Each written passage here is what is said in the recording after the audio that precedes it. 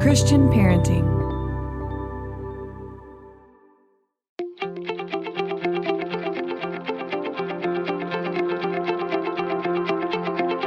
This is Cynthia Yanoff, and you're listening to Pardon the Mess. Each week we have honest discussions about the ups and downs of parenting and the lessons God is teaching us along the way. It's real, it's fun, and it's biblical. Life is messy. Don't walk the parenting road alone.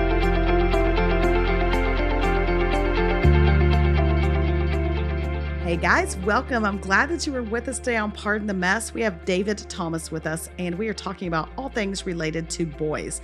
And I am excited to have him. He's preeminent when it comes to talking about the development of our sons, and he comes from the perspective of a therapist. He works at Daystar Counseling in Nashville, Tennessee, along with Sissy Goff and many others that are so good. And he's been on our show before. He's written a lot of books, and I am thrilled that he's coming to talk to us about the developmental stages our boys go through. We talk about how to connect with our boys and how to communicate with our boys and so much more. And so it is a treat to have him here. And if you have just daughters, that's amazing and don't feel left out. We also had Sissy Goff on, and she talked a lot about girls and daughters and raising them. And that was released on March 11th of this year. So you can go back and listen to that one as well. But this is for all of us raising boys. And if you just have daughters, I want you to know that they'll be bringing boys into your life, probably our sons. And so this is a good listen for you as well. Glad you're with us. Here we go with David Thomas.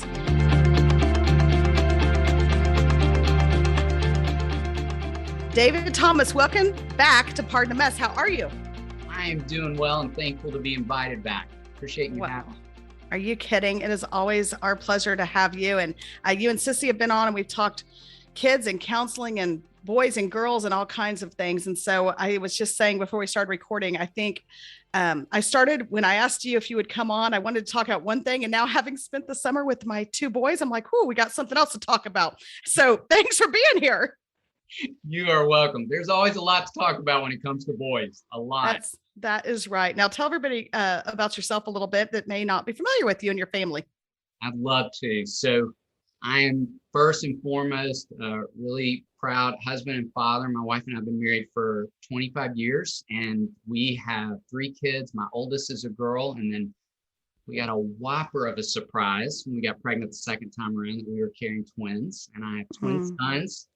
And so those are some of my favorite people to be with and talk about. And then in addition to those amazing folks, I work with a great team of individuals here at a place called Daystar Counseling here in Nashville, Tennessee, where I have been for the last 25 years and love this team of folks. I get to join and be a part of this work. And our work is specifically focused on the pediatric population. So we serve just kids, adolescents, and teenagers. And a lot of the work I do is with boys of all ages, parents of boys of many ages, and then elementary and adolescent young men. So I'm grateful any chance I get an opportunity like today to talk about what's going on in their world and their minds.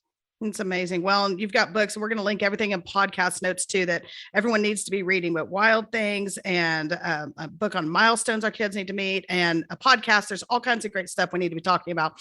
But I want to read you a text I got that made me laugh that I think speaks to how so many of us feel. And this is from a friend of mine that has a 5-year-old son like I do. And she sent a text and said, "Hi, any book referrals for raising boys? #help dying." And then I said, let me think for a minute. And I said a couple things. And then she responds, and I'll change the name for anonymity. Not that anybody knows this child, but she said, "George is such a dude," in all caps. "We need to foster some tenderness over here. When I tell him I love him, he says, okay." And that's the text that I just died laughing. I'm like, been there, done that. And it doesn't change, sister. He may be 5 now, but it's going to keep going. So let's talk boys. Let's talk boys. Yeah, I'm thinking there's not a mom listening who cannot identify with that text. Right. Well, and you've kind of delineated these stages of boys. And tell me, it's specific to boys, I think, those stages that you set out. Is that right? You are correct. Okay. Can you share them with us?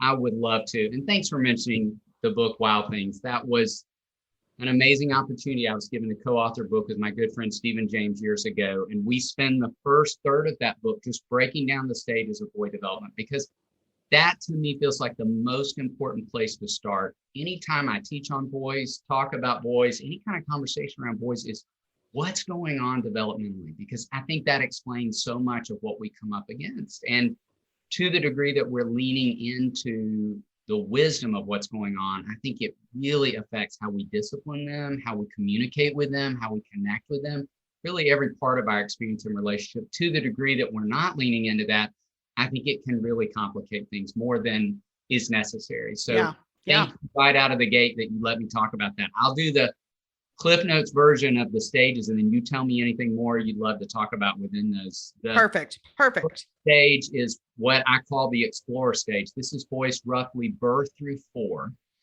And this is everything the name says. These guys are exploring the world. They're deeply curious. They're active. I talk so much within that chapter about how a boy is hardwired for activity and movement. And again, to the degree that we're not thinking in that direction wisely, we could create expectations he's simply not capable of meeting. In fact, I laugh with a lot of parents of explorers and say, do not spend a lot of money dining out with a boy at that age. It's rarely ever going to be a successful experiment. Like, save your money, because you're going to eat out a lot when he's an adolescent. There's wisdom to that age-old saying of the way to a man's heart is through his stomach.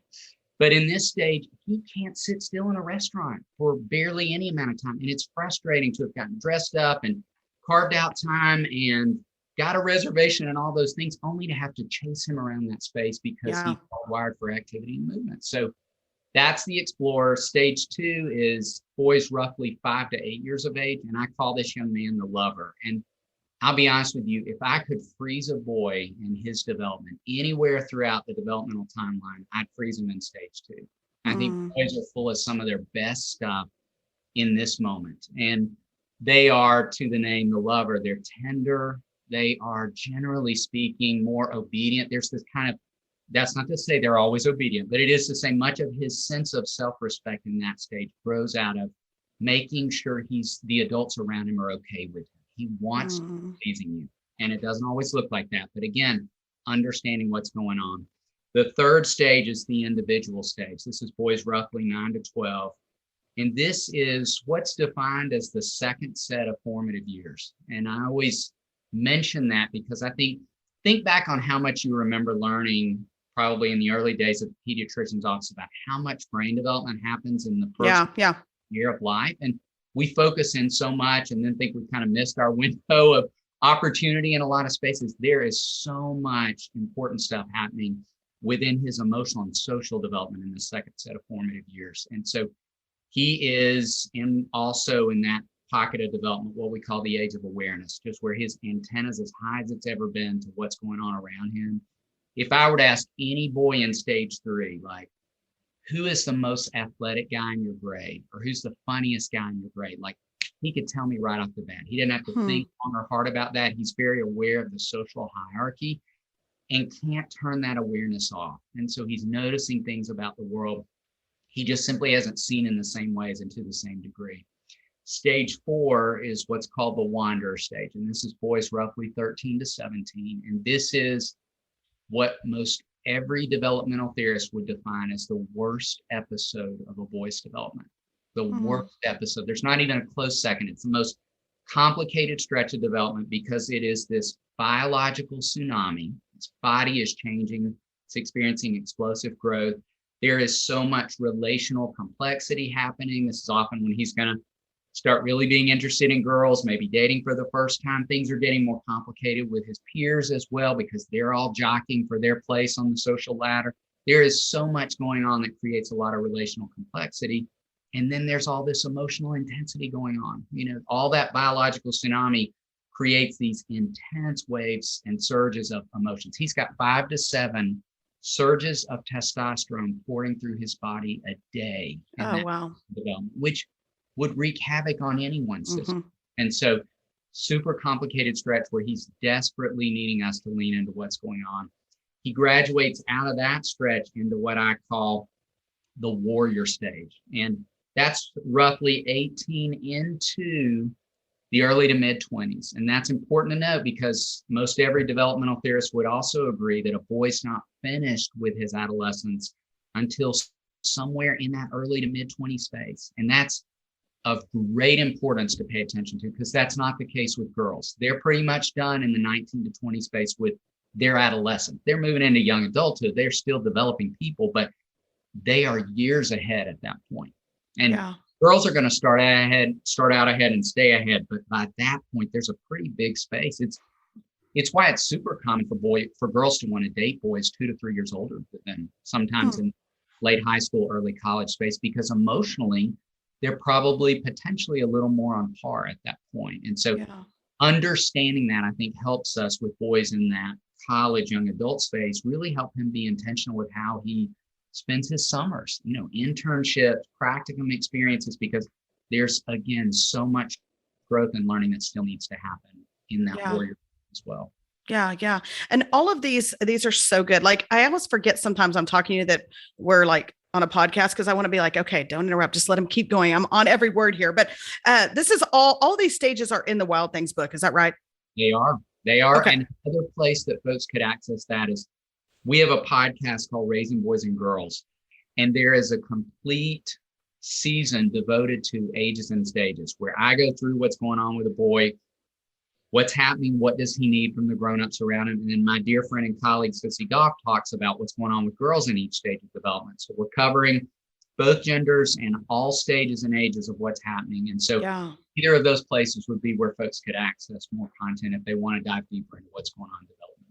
Okay. And we'll link that in podcast notes, because we all need that. But I love what you're saying, talking, and I'm just speaking into my own life, having a kiddo that just came out of the explore stage and wanting him to sit nicely at dinner. He's not going to do that. And I love that you're helping us set the expectations, and we're going into the lover stage. So I can only hope we're going to be a little more obedient, but then also just that wander, that 13 to 17 and all that they're going through, and working through that with our kids, and the sympathy I think that we need to have through that. And then you and I were talking again before we started, like that warrior, that 18 to 22, you and I are both launching some kids in college, and you have an oldest daughter that's already there. And we were saying, like with my daughter, she could, run a small nation. She's just very on top of her game going to college. And I think we don't need to compare our boys. It's going to look different when they're launching. You are so right. And I love that you highlighted that, because I tell you, I'm fascinated by firstborn girls. And that's not to say every girl who's a firstborn fits squarely within that profile. Yeah. It is to say many do. And they tend to have a lot of skills in place unique to birth order and gender that you're exactly right. Our sons are not going to progress in the same ways, at the same pace, in the same ways. And they have different skills and abilities. And to the degree that we're not, again, leaning into that, we'll keep the bar of expectation right where our firstborn girls hit those milestones and in those moments. And it sets him up for failure. And the same all the way traveling down the developmental progression. Mm-hmm. But we know that once kids jump into the elementary school environment, that environment requires a lot of, as we know, sitting still and maintaining focus, which generally are particular strengths for her and not at all strengths for him. That environment leans heavily on written and verbal expression, which again are great strengths oftentimes for girls, not at all for boys. And so boys are primarily visual, spatial, and experiential learners, and that environment doesn't lean as heavy as often on those skill sets. And so we can get so frustrated with boys in the academic environment when, if we take a step back, there are a lot of things about the way that environment works that don't appeal to his unique strengths and require things of him that are particular weaknesses at times. And so that's one of dozens of examples I could give. Yeah. We've got to step back and then lean back into what's going on developmentally. Yeah. Yeah. Oh, that's so good.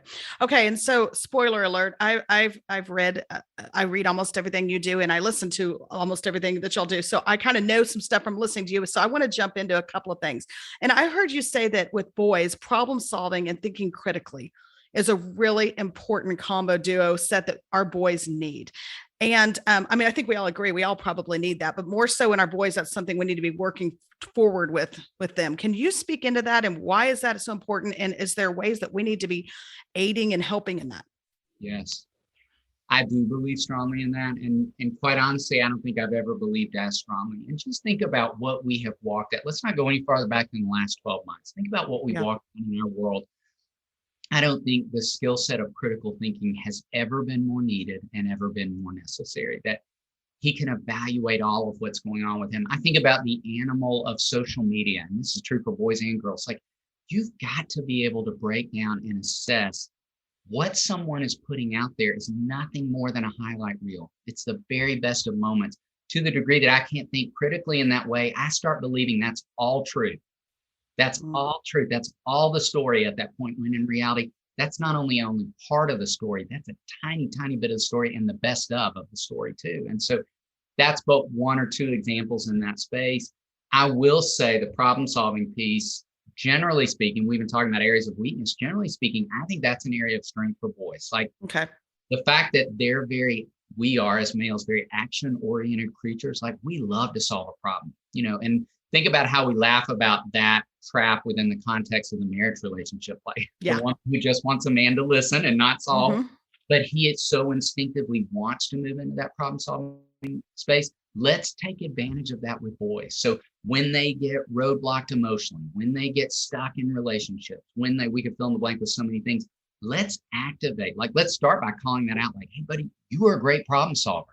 Like, God made you, you're hardwired for action. And so let's talk about some action steps. Let's problem solve our way to that. So I really want to lean into activating that particular strength with boys, but I don't think we do enough of that. And what we do often as parents in moments where boys struggle is move into that problem solving ourselves rather than activating. We do a lot of fill in the blank with him. Like, we move into lecturing, we're telling him what he did wrong, what he needs to do next, as opposed to appealing to his capacity to do some problem solving and critical thinking in that space.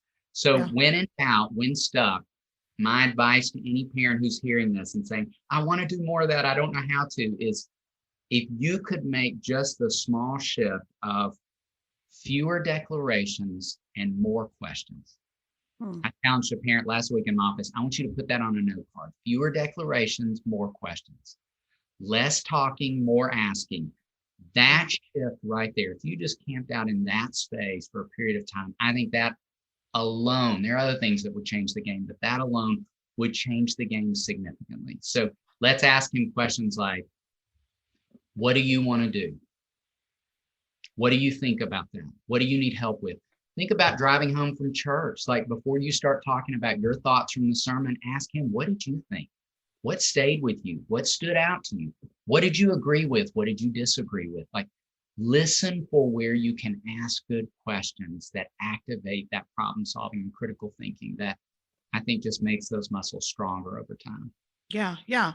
Okay. And so when we start seeing things as our kids get older, and some of our boys, let's say things like addiction or rebellion, some of those things, is there, from your practice in your years of treating boys and their families, can we look at that and say, hey, they have not been strong in that area, and that's their go-to necessarily? Or what would be your thought process if they're not good at that critical thinking, problem solving? What does that lead to? And so that maybe for some of us that have kids that are on the other side of it, there is some rebellion or some addiction or some drug use or whatever's going on, we can look back and say, okay, we probably need to hit this other area that's underlying. I would say, first of all, thinking about addiction, I don't think we can talk too much about that with boys. And I'd even add to that, I don't think we can talk too early. Okay. That's not recommending we're going to do that necessarily in the kindergarten to second grade years, but it is to say, we know that boys and adult men lead the stats in that space.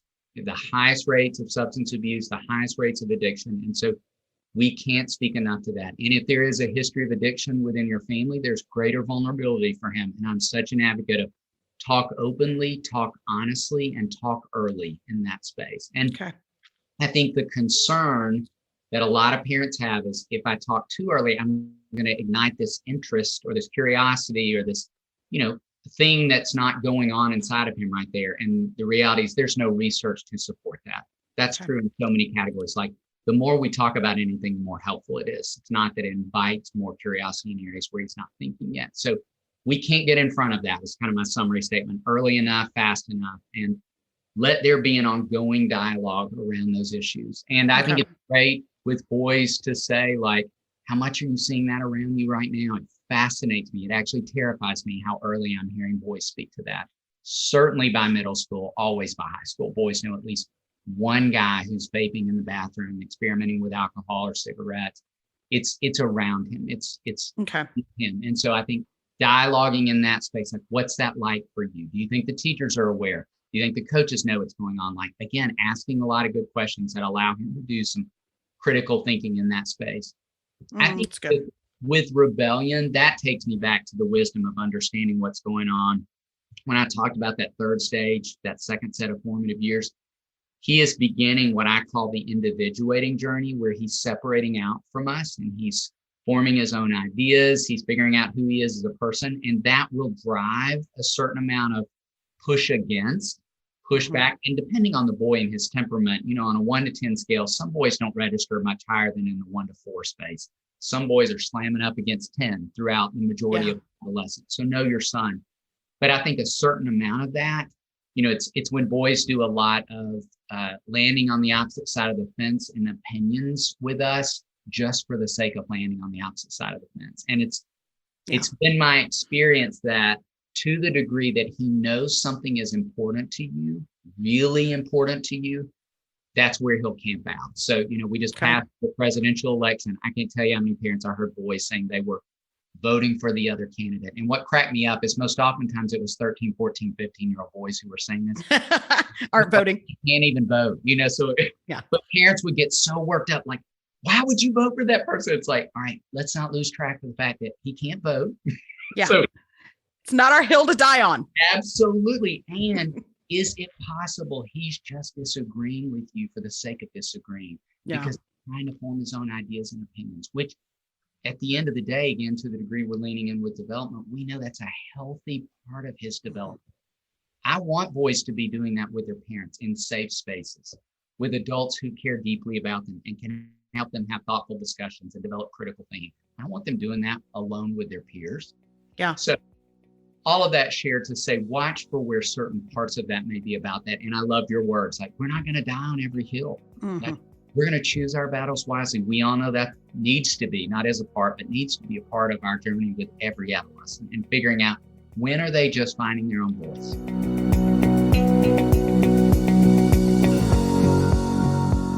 Hey guys, I'm jumping in here for just a minute to remind you that if you have not already, please pre-order your copy of our 2021-2022 prayer journal that goes through the school year. It's called Joyful, Patient, and Faithful. And I'm holding a copy in my hand right now, and it's beautiful, if I can say that.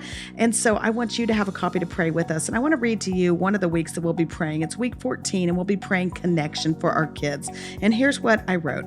It's easy to feel connection through friendships, social media, activities, and family, but the connection that changes the trajectory of our kids' lives is only found when we abide with the Lord. Pray that your children have a deep-rooted desire to spend time with the Lord. Let's also pray that they find true connection with Jesus so deep and profound that it daily changes their lives.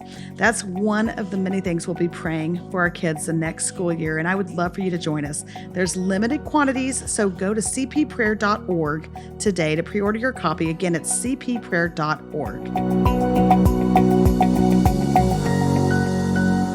So I'm going to hit you with some really big topics and ask for quick advice, like what comes to your mind on these things.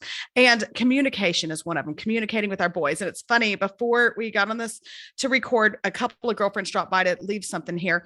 And they asked who I was talking to. And I said, I'm going to ask about communication. And we all started laughing about how with our sons, when they got in the car, especially when they're younger and we hadn't figured out how this works a little bit, still don't know how it works, but we would ask them 3,000 questions about how their day was, what they do, blah, blah. And then we'd assume because they were not giving us the communication that maybe we'd had with our older daughter, or we just expected, then literally came out of my mouth one time. I'm like, are the boys mean to you?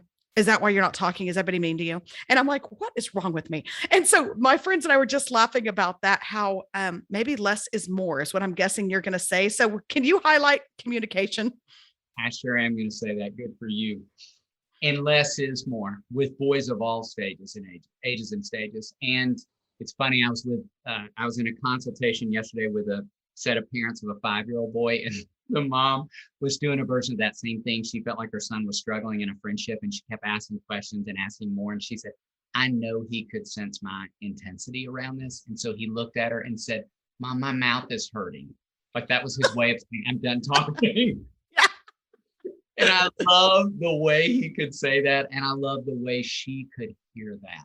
Yeah. Yet she wisely knew. I love that she was paying attention to herself. And could even say that about herself, like he could feel my intensity. I was asking too much. I was Mhm. grilling him too hard. And that was the only way he could think of an My escape hatch. mouth is hurting. My mouth is hurting. It's awesome. And so less is more.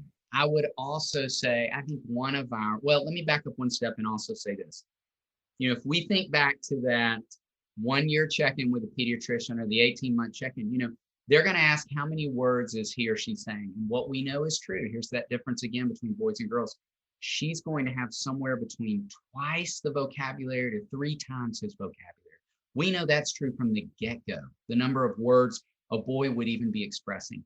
Let that be a benchmark to remind us he's likely always going to have fewer words. So there again, with our firstborn girls, they may need to, not all, but many, talk through a lot of things and at length, and he simply doesn't in the same way. And so Okay. let's honor that. It's not necessarily that he is hiding something or withholding something.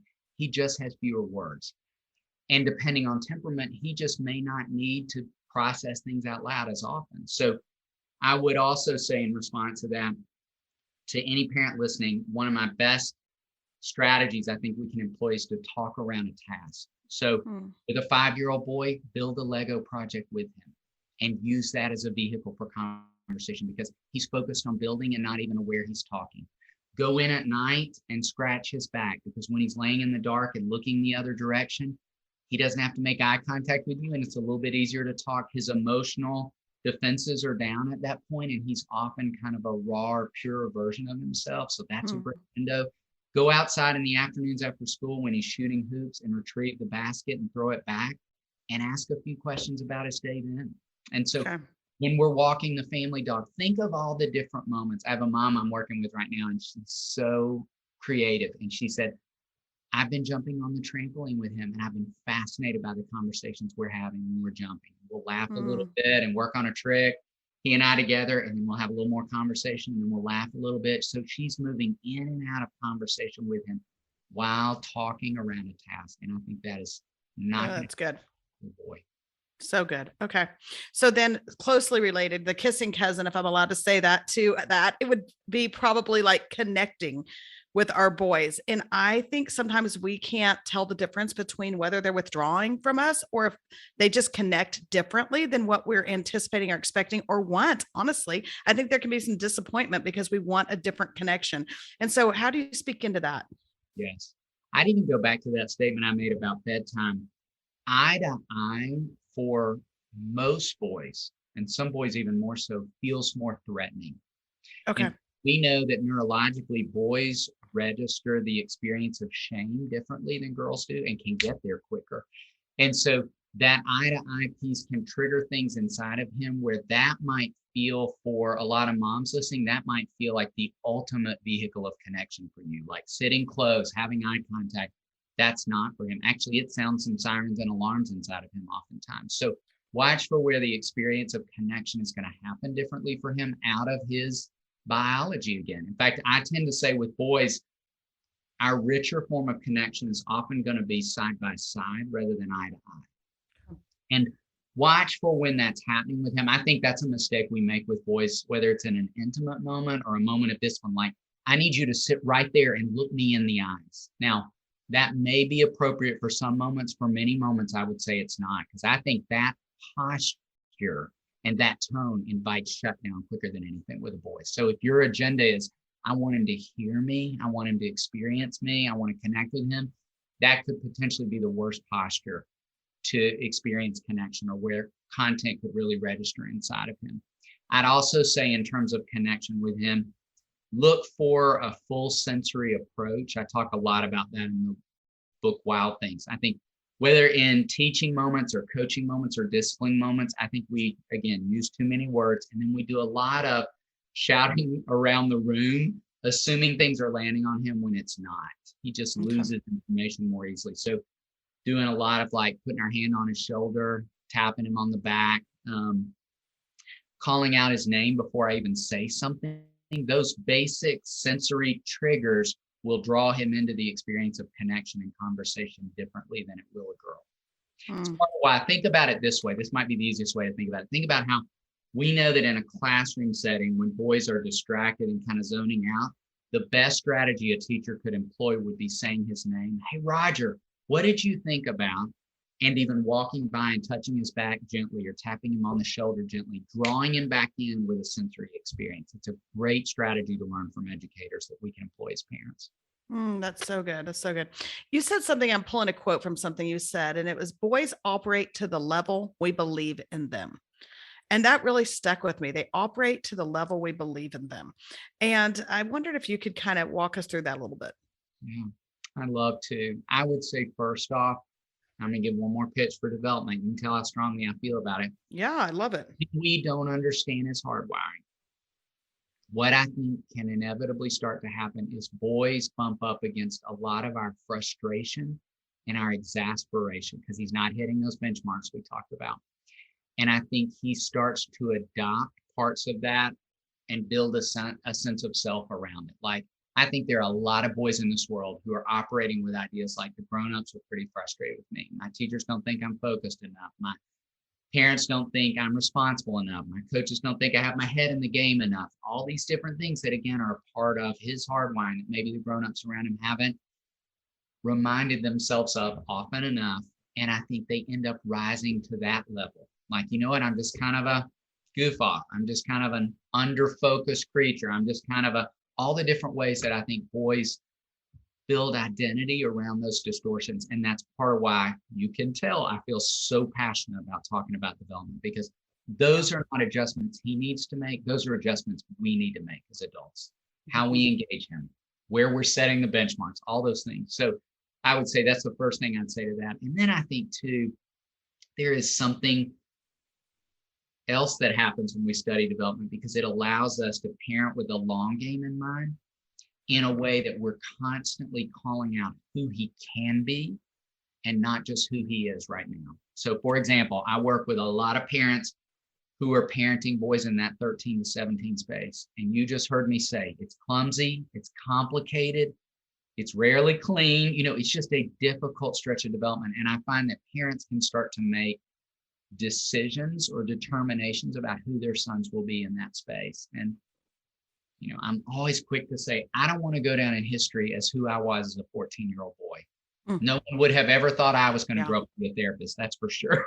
And so right. Yeah. I don't want to be defined by that moment or my 15th year of life or my 16th year of life. Like, I was a developing person. So is every boy. And so let's call that more of who he's becoming. Let's again allow our understanding of development to frame the long game for us in ways that we can cast vision that he can rise to, as opposed to making these strong declarations like, you are never going to, or however we finish sentences like that I think are defining statements.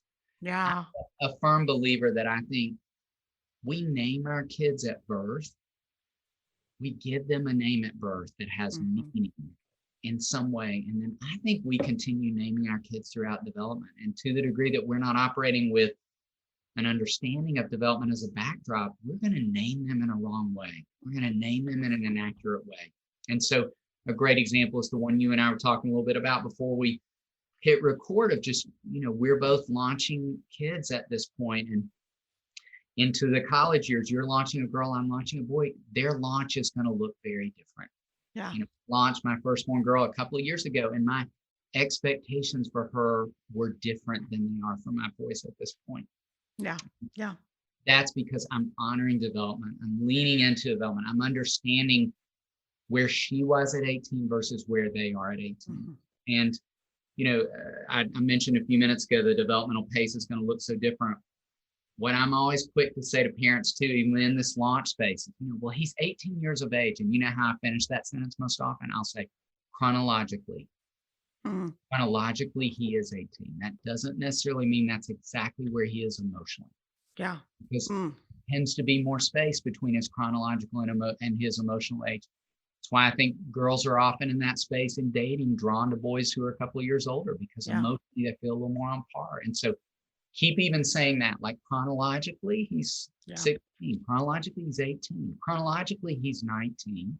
But that doesn't mean that's exactly where he is emotionally. We're going to give him plenty of room and plenty of space to keep growing and developing. Yeah. Yeah. I love what you're saying too about just looking at, the long game and with our boys. And I think I would just love for you to speak into one more little section on that. When disciplining them, I think what you're saying, it's really important when we discipline them in a way that we're not renaming them.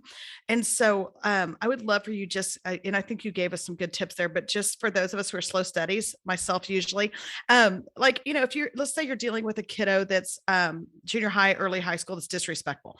I could see you being tempted to say, not you, us, being tempted to say, like, listen, I'm seeing a lot of disrespectfulness and it's happening every day. And we're not going to have that. And you're not going to be disrespectful. And going, I mean, are we then naming that child disrespectful? I mean, it's okay to call it out, but what's a good way to also reframe that and make it look what we really believe them to be, or maybe we don't believe it, but we know that God has for them?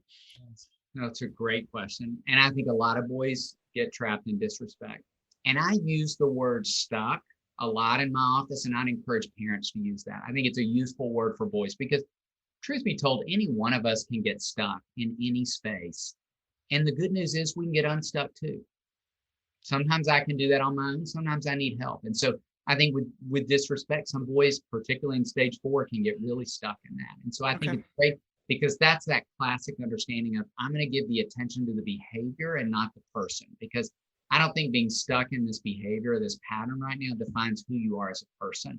But it is indeed a place where you're stuck. And I love the way you ask that because it's not that we're not going to address these things. I very much want you to address those things. So I think you could lead with that kind of statement like, hey, I notice you're stuck again in a pattern of disrespect. And here's an example where we could finish that sentence by calling out who they're capable of being. And I don't believe that's who you are. I don't Yeah. believe that reflects a lot of goodness that's in your heart. Yeah. But I've never been okay with that. And I never will be. And here's the consequence. So we're not letting him off the hook. I'm not saying we're softening the blow. I want us to address that.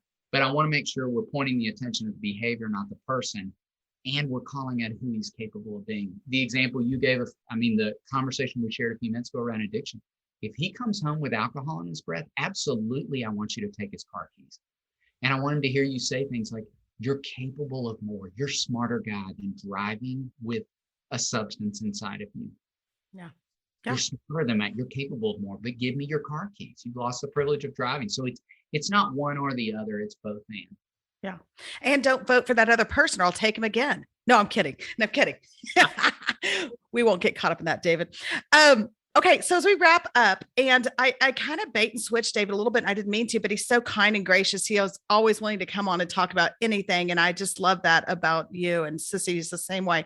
But I said when I reached out was let's talk about boys and screens, and then I thought no, let's talk about communication and connection and a lot of other things. But as we wrap up, that's a huge topic that I know you probably could talk 3 days about boys and screens. But as a mom, and I think moms feel this way, and probably dads do as well. But I think moms we worry about, and in fact, in my house, I've admitted this before, there's a double standard on screens in this house. I let my daughter have a lot more latitude and did at an earlier age with her phone than with boys. And so everyone save the hate mail. I realize that girls can have addiction issues and pornography issues. I get that as well. But just knowing the children, my children, like I do, but also just generally the statistics like I do.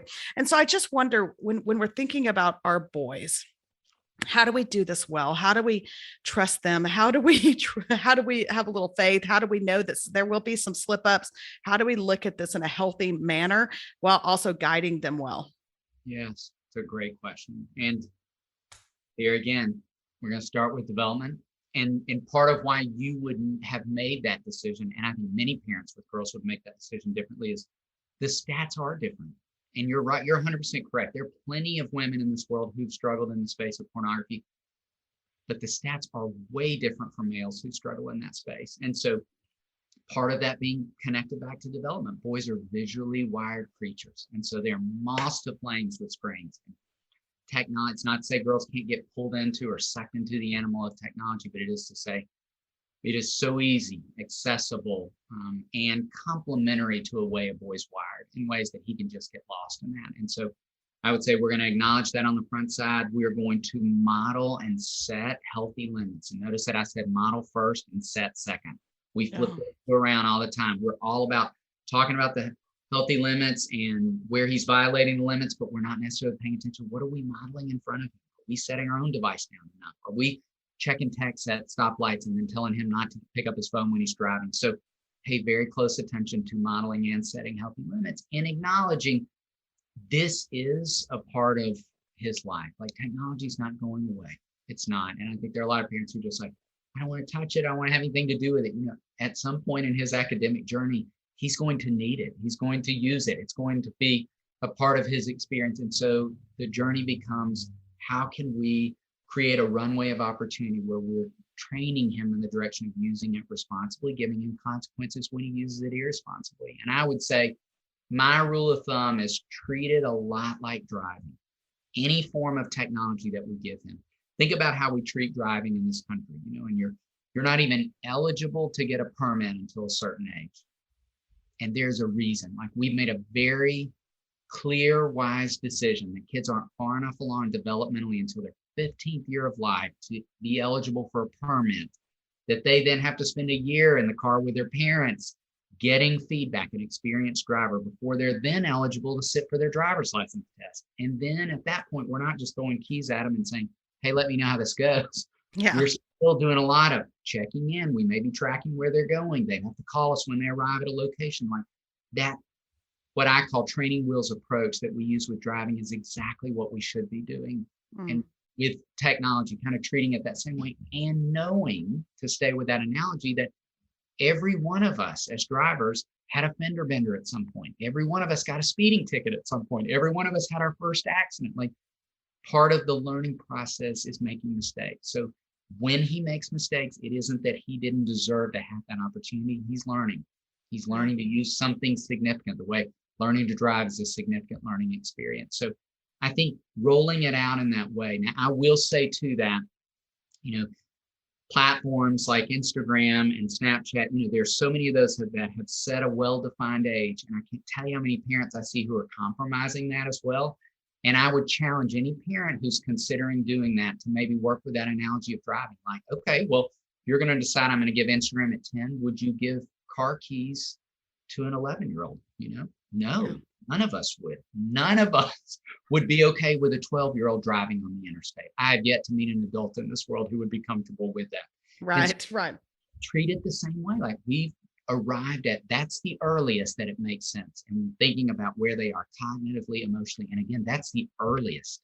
There's some kids who just aren't ready for a permit at 15 or a driver's license at 16, and they need a little more space to grow and develop before they're getting there. But that's the earliest. And I really would challenge parents on compromising those numbers, because those have been set with development in mind. And sometimes I'd even argue those have been not set with development in mind. It's still too early at this point, thinking about all we know to be true about kids emotionally, socially, and cognitively. Yeah. It's like letting Netflix determine the ratings in your house. Yeah. I found their rating system to be very sketchy. So yeah, so good, David Thomas. You've given us so much to think about. And I want to make sure that you tell everyone one more time. Can you just reference everybody back? I assume we can find, I'll link them in podcast notes, but the books are on Amazon. But will you tell them what you've written and also the podcast one more time? I'd be happy to. So the book Wild Things, The Art of Nurturing Boys, is where you could do a deep dive into the 5 stages. And then I've got content in that book about a boy and his mom, a whole chapter devoted to that relationship, a boy and his dad. So there's a lot of content specific to development, but a lot of categories of his life, what's going on in his mind and heart. And then I have a book called Intentional Parenting, that were the 12 most common words we were hearing in our office, things that parents wanted. Like, I want to be more consistent. I want to be more merciful. I want to be more. And we took a chapter and kind of devoted each chapter to that and broke it down. What are the nuts and bolts? Like, we all want to be more consistent. How do we get there? So that's the Intentional Parenting book.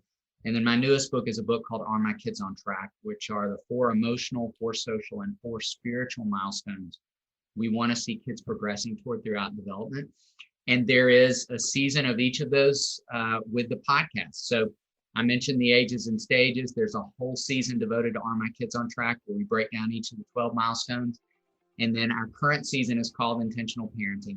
All of this, all my books, all the listening on the podcast, all these seasons, you could find if you just went to raisingboysandgirls.com. It'll link you to everything. So that's probably the easiest place to go to find everything that we do. Find everything. Thank you a million. There's really no way to thank you. I know your time is money in your business. So it's a huge thank you from all of us listening. You're so kind. I'm honored to be here. Thanks for having me back.